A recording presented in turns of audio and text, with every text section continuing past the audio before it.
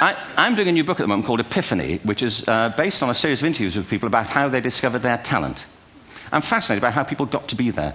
It's really prompted by a conversation I had with a wonderful woman who most people have never heard of. She's called Gillian Lynne. Have you heard of her? Some have. She's a choreographer, and everybody knows her work. She did Cats and Phantom of the Opera. She's wonderful. I used to be on the board of the Royal Ballet in England, as you can see. And anyway, Gillian and I had lunch one day. I said, how'd you get to be a dancer? And she said it was interesting. When she was at school, she was really hopeless. And the school in the 30s wrote to her parents and said, we think Gillian has a learning disorder. She couldn't concentrate. She was fidgeting. I think now they'd say she had ADHD. Wouldn't you?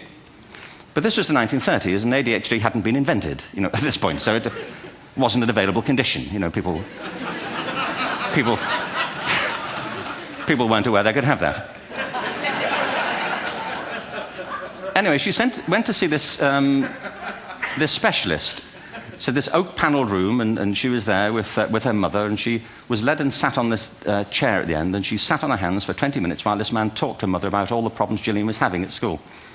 And at the end of it, because she was disturbing people, her homework was always late and so on, little kid of 8, in the end, the doctor went and sat next to Gillian and said, Gillian, I've listened to all these things that your mother's told me. I need to speak to her privately. So he said, wait here, we'll be back. We won't be very long. And they went and left her. But as they went out the room, he turned on the radio that was sitting on his desk. And when they got out the room, he said to her mother, just stand and watch her. And the minute they left the room, she said she was on her feet, moving to the music. And they watched for a few minutes, and he turned to her mother, and he said, Mrs. Lynne, Gillian isn't sick.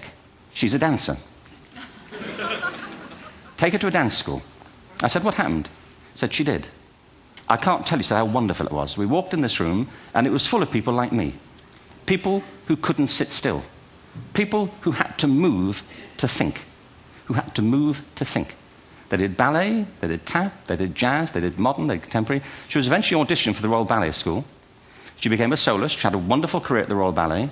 She eventually graduated from the Royal Ballet School, found her own company, the Gillian Lynne Dance Company, met Andrew Lloyd Webber. She's been responsible for some of the most successful musical theatre productions in history. She's given pleasure to millions, and she's a multi-millionaire. Somebody else might have put her on medication and told her to calm down.